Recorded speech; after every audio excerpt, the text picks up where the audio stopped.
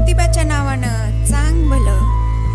मंडळी, ज्योतिबाची खेटे यात्रा म्हणजे काय तुम्हाला माहिती आहे? चला तर मग पाहूया.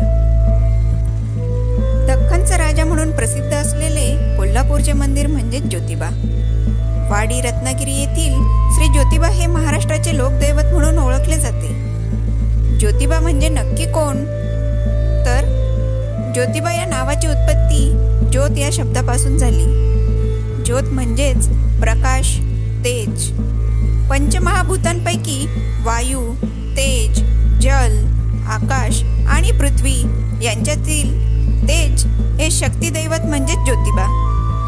ब्रह्मा, विष्णू, महेश तसेच जमदग्नी यांचा मिळून तेजपुंज अवतार म्हणजे ज्योतिबा किंवा केदारनाथ. हो, केदारनाथ. मंडळी, आता तुम्ही म्हणाल, केदारनाथ आणि ज्योतिबा यांचा काय संबंध? ज्योतिबाला केदारनाथ का म्हटले जाते? तर कोल्हापूरच्या अंबाबाईला दैत्यांच्या संहारास सहाय्य करण्यासाठी केदारनाथ हिमालयातून दक्षिणेत आले.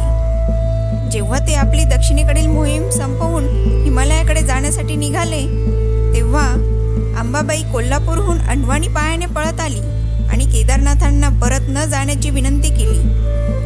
तेव्हा केदारनाथांनी दक्षिणेतच ज्योतिबा स्वरूपात राहण्याचं मान्य केलं. म्हणूनच ज्योतिबाला केदारनाथ असेही म्हटले जाते.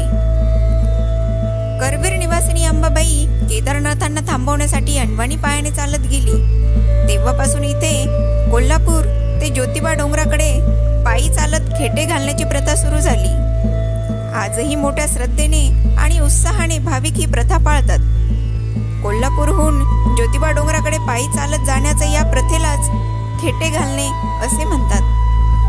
पूर्वी फक्त कोल्हापूरमधील भाविकच ही खेटे घालत असत.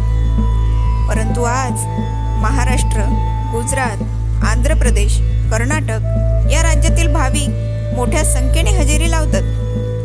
माघ पौर्णिमेनंतरच्या येणाऱ्या रविवारी ज्योतिबा खेटे यात्रेची सुरुवात होते. 4 खेटे पूर्ण झाल्यावर 5व्या खेट्याला रविवारी देवाला नैवेद्य दाखवून आरती केली जाते. माघ पौर्णिमेनंतरच्या येणाऱ्या रविवारी सुरू होणारी ही खेटे यात्रा फाल्गुन पौर्णिमेपूर्वी येणाऱ्या रविवारी संपते. चैत्र पौर्णिमेला ज्योतिबाची भव्य अशी यात्रा भरते.